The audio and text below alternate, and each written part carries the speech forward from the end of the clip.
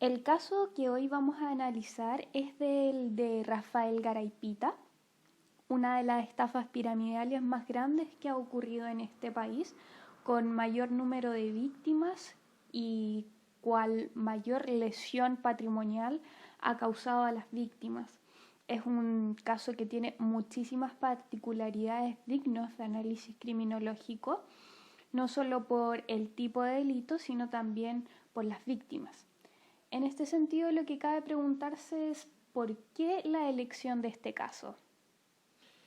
Bien, la relevancia del caso de estafa piramidal presentado por Rafael Garay Pita tiene relación primero porque es una delincuencia que genera un impacto mediático, pero que desde el punto de vista de la reacción social pareciera no generar un impacto demasiado profundo en la sociedad.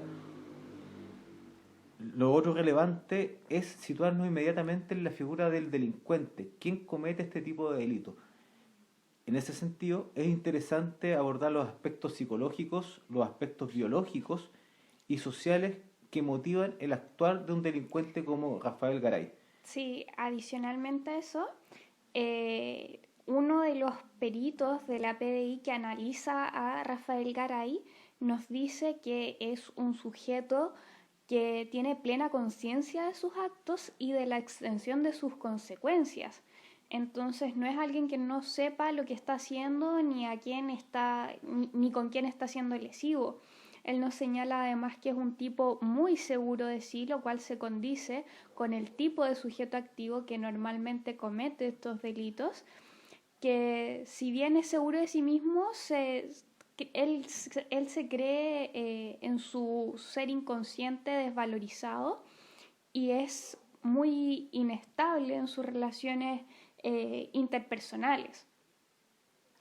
Bueno, por eso mismo es importante entender que esta es una delincuencia que implica gran complejidad y un alto nivel técnico de preparación por parte de quien comete este delito. Sí. Ahora, lo otro que también es importante y relevante que nos llevó a la elección de este caso tiene que ver necesariamente con las víctimas del delito. Y desde la victimología podemos señalar que presentan una alta propensión al delito y una baja resistencia de las víctimas ante el hecho punible, principalmente por las motivaciones que la llevan a ser parte del engaño producido por el delincuente. Sí, en ese sentido, Alex, quisiera acotar que en este caso es súper particular en el análisis de las víctimas por cuanto, si bien eran 37 las querellas contra Rafael Garay, solamente es condenado por 29. Y eso tiene asidero en que, tal como nos decías, que las víctimas tienen una particularidad, pero una de ellas, principalmente los cuales no se da lugar a la querella, nos señala que ella sabía, pese a haber invertido 50 millones de pesos, tener el poder adquisitivo para ello y no endeudarse, nos señala que ella sabía que estaba eludiendo impuestos, sabía que se le iba a dar un interés mayor al que el comercio financiero estable daba por la inversión que ella iba a hacer. Sin embargo, aún así, entendiendo que Chile estaba pasando por un periodo histórico en donde había muchas estafas piramidales, decide aún así invertir y creer en Rafael. Bueno, ese precisamente, Vivi, es la presentación de los hechos y así fue en el fondo lo que conllevó a la condena de Rafael Garay. Ahora, como dijimos al principio, esta es una delincuencia que tiene muchas particularidades y es interesante abordarlo desde el punto de vista de las teorías que hemos conocido desde el punto de vista criminológico. Lo primero que tenemos que señalar es y preguntarnos en relación a lo que el texto de Redondo y Garrido señala en relación a la relevancia criminal de este tipo de delito. Desde ese punto de vista, tenemos una discusión dogmática en cuanto a definir si el hecho que analizamos lo podemos encasillar dentro de la zona intermedia o la zona más externa en atención a las características propias que presenta este caso. Si consideramos que el delito de estafa en Chile no se encuentra definido propiamente tal en el Código Penal, sí se encuentra tipificado. Eso nos lleva a pensar, en primer lugar, que este tipo de delitos es de aquellos tipificados, pero que pese a existir la sanción, se lleva a cabo con una incidencia importante en Chile. Y eso explica el por qué se dio este contexto de estafa piramidal y la sucesiva y la reiteración de esta conducta. Otro punto a considerar tiene que ver con las condiciones de impunidad. Siendo así, el caso de Rafael Garay se observa que la forma de comisión del delito bajo la modalidad de estafa piramidal, la sanción penal representa un riesgo menor en relación al rápido enriquecimiento que supone esta particular forma de cometimiento ilícito. O sea, esto fue lo que principalmente sucedió en el caso particular, porque entendiendo que Rafael Garay solamente fue condenado por estafa reiterada, sin embargo pasó solo 2 años en la cárcel y el 21 de mayo de este año salió en libertad. Claro, y en ese mismo orden de ideas, eso permite entender por qué las estafas piramidales y este tipo de delitos y quienes cometen este tipo de delitos presentan un cierto comportamiento cíclico, y ya que su aparición depende principalmente por el tipo de pena asociada y por las características económicas del país. O sea, ante las fluctuaciones económicas, cuando existe un mayor poder adquisitivo presente en la sociedad, es más probable que exista o que aparezcan nuevamente conductas delictivas de este tipo.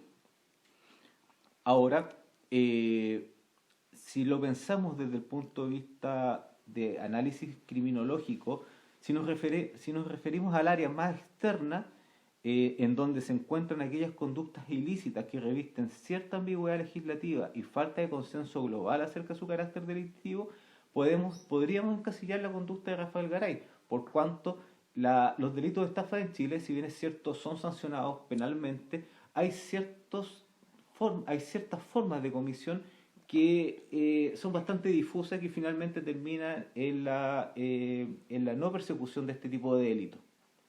Sí, como, por ejemplo, se me ocurre respecto de lo que dices es que en definitiva si Rafael Garay hubiese efectivamente invertido esos dineros y hubiese hecho una mala administración de esos dineros al momento de invertir, pero efectivamente invirtiendo, cosa que Rafael no hizo, no tendría una sanción penal, sino que tendría una sanción civil por la administración.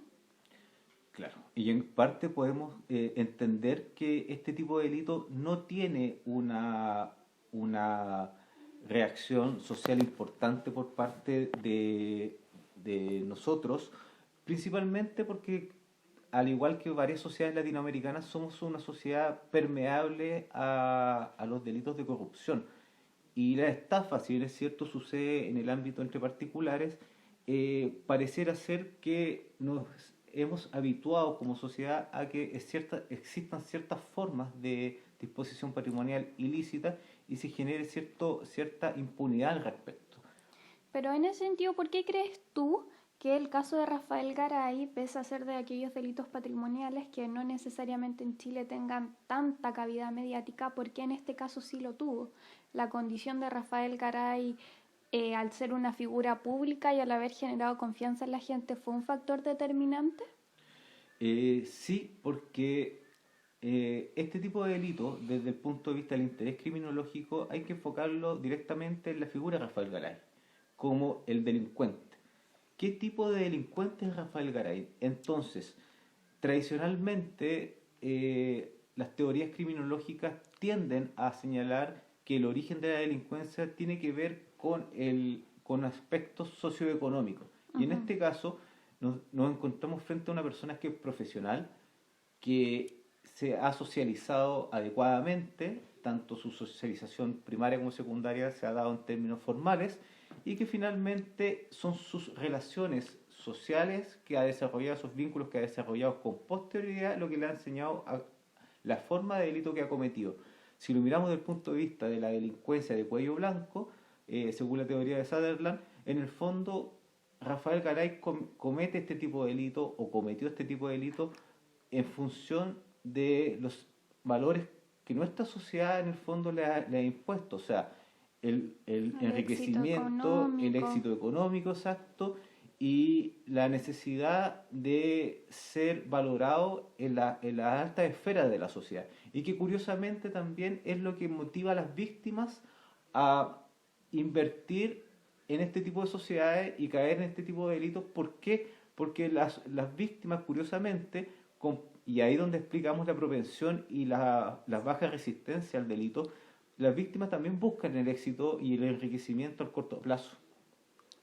Tanto es aquello que al menos 9 de las querellas que interpusieron contra Rafael Garay no prosperaron porque se dieron cuenta en la investigación que las víctimas, lo que pasó con ellas en términos prácticos es que fueron más víctimas de su propia codicia que de Rafael Garay.